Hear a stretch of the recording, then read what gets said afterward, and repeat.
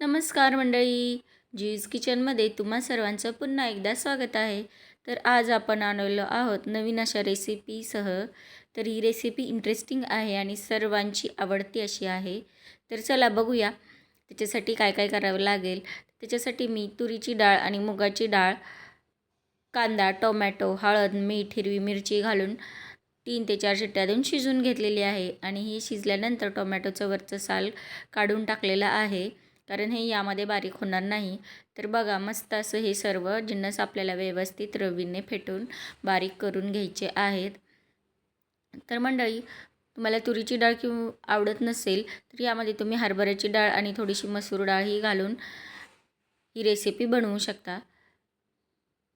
आणि यामध्ये आपल्याला आता राहिलेले मसाले घालून घ्यायचे आहेत, जसे की तुमच्या आवडीनुसार मिरची पावडर. तर याच्यामध्ये मी 2 ते 3 चमचा मिरची पावडर घातलेली आहे. तुम्हाला जर जास्त तिखट हवे असेल तर ती तुम्ही जास्त तिखट बनवू शकता. तर राहिलेले जे पावडर मसाले आहेत ते आपल्याला यामध्ये घालून घ्यायचे आहेत. 3 चमचे मिरची पावडर आणि हळद, धने पावडर आणि हे आज आपण बनवणार आहोत सांबर.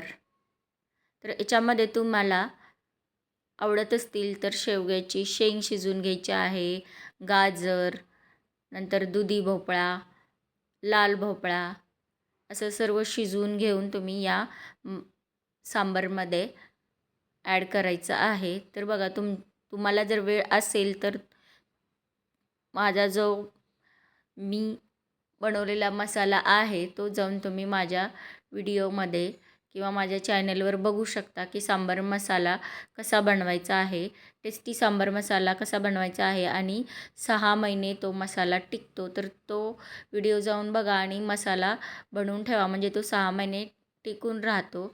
आणि तुमच्याकडे वेळ नसेल किंवा तो मसाला तुम्ही घरी बनवलेला नसेल तर तुम्ही हा बादशाहचा मद्रास स्टाईल सांबार मसाला वापरून नक्की बघा, कारण याने खूप छान टेस्ट येते.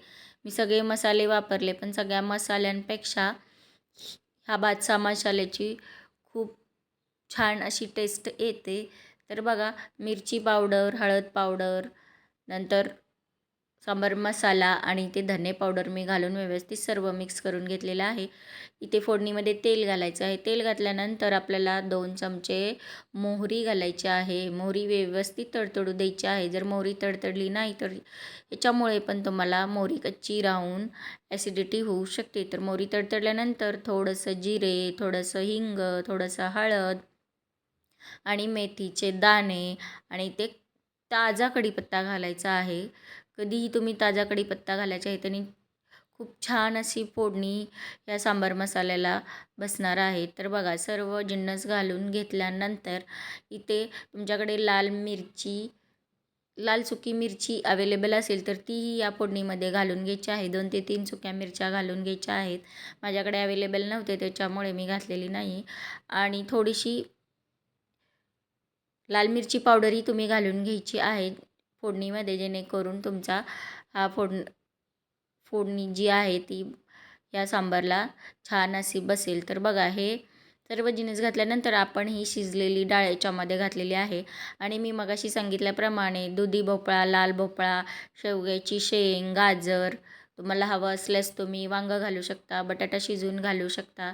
आणि ह्या सर्व भाज्या शिजवून या तुम्ही याच्यामध्ये डाळ घातल्यानंतर, पाणी घातल्यानंतर तुम्हाला या भाज्या घालून घ्यायच्या आहेत. माझ्याकडे अवेलेबल नसल्यामुळे मी त्या इथे घातलेल्या नाहीत. तर बघा, आपल्याला या सांबारला अशी दणदणीत अशी उकळी काढून घ्यायची आहे. तर त्यानंतर आपल्याला इथे चवीनुसार मीठ ॲड करायचं आहे. सांबार हे आपण बऱ्याच वेळ असं उकळून घ्यायचं आहे, जेणेकरून त्याची टेस्ट आणि तो मसाला ह्या डाळीमध्ये उतरायला वेळ लागतो. त्याच्यामुळे बरंच वेळ असं उकळून घ्यायचं आहे. आणि सांबार हे थंड झाल्यानंतर असं घट्टसर होतं, तर हे पातळच ठेवायचं आहे तुम्हाला. त्याच्यासाठी जास्त असं पाणी घालून ते चांगलं उकळून घ्यायचं आहे, जेणेकरून तुमच्या सांबार मसाल्याची टेस्ट त्याच्यामध्ये जाऊन तो सांबार मसाल्याला टेस्ट चांगली येणार आहे. तर आपण उकळी आलेली आहे, चवीनुसार मीठही घातलेलं आहे. इथे आपल्याला आंबटपणा येण्यासाठी आपण घालून घ्यायचं आहे चिंचेचं पाणी किंवा चिंचेचा कोळ करायचा आणि इथे चिंचेचं पाणी तुम्ही घालून घ्यायचं आहे. तुमच्याकडे वेळ नसेल तर तुम्ही काय करायचं, डाळ जर तुम्ही कुकरला शिजवत असाल तर डाळीबरोबर चिंच घालून ते डाळीबरोबर शिजवून घ्यायचं आहे किंवा भाज्यांबरोबर तुम्ही शिजवून घ्यायचं आहे. कारण कधी कधी असं होतं ना आपलं की चिंच आपल्याला भिजत घालायची लक्षात नसते. त्यावेळेस आपण डाळीबरोबर किंवा भाज्यांबरोबर चिंच शिजवून घ्यायची आहे, ज्यामुळे त्याच्यामध्ये आंबटपणा असा उतरेल.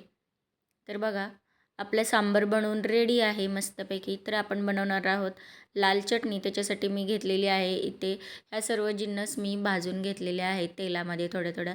त्याच्यामध्ये आहे कांदा, लसूण, हरभऱ्याची डाळ 2 ते 3 चमचा, 2 ते 3 चमचा उडदाची डाळ, त्याच्यामध्ये आहे हिरवी मिरची, त्याच्यामध्ये आहे टोमॅटो, आलं, ओलं खोबरं, डाळे आणि याच्यामध्ये तुमच्याकडे सुक्या मिरच्या असतील, लाल सुक्या मिरच्या असतील तर त्याही 4 ते 5 लाल सुक्या मिरच्या यामध्ये घालून घ्यायचं आहे. सर्व जिन्नस आपल्याला मिक्सरला बारीक करून घ्यायचं आहे.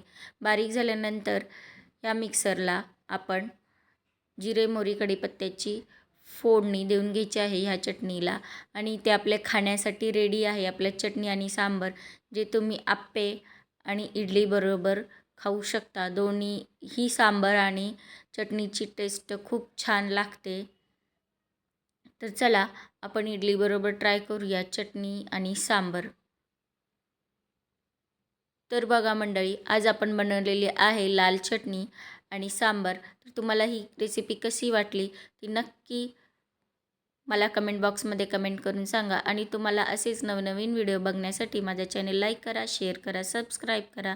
चला बाय. तर या खायला सर्वांनी आणि नवीन रेसिपीसह पुढच्या व्हिडिओमध्ये जरूर भेटूया. आणि जाता जाता सबस्क्राईब करा की तेवढं.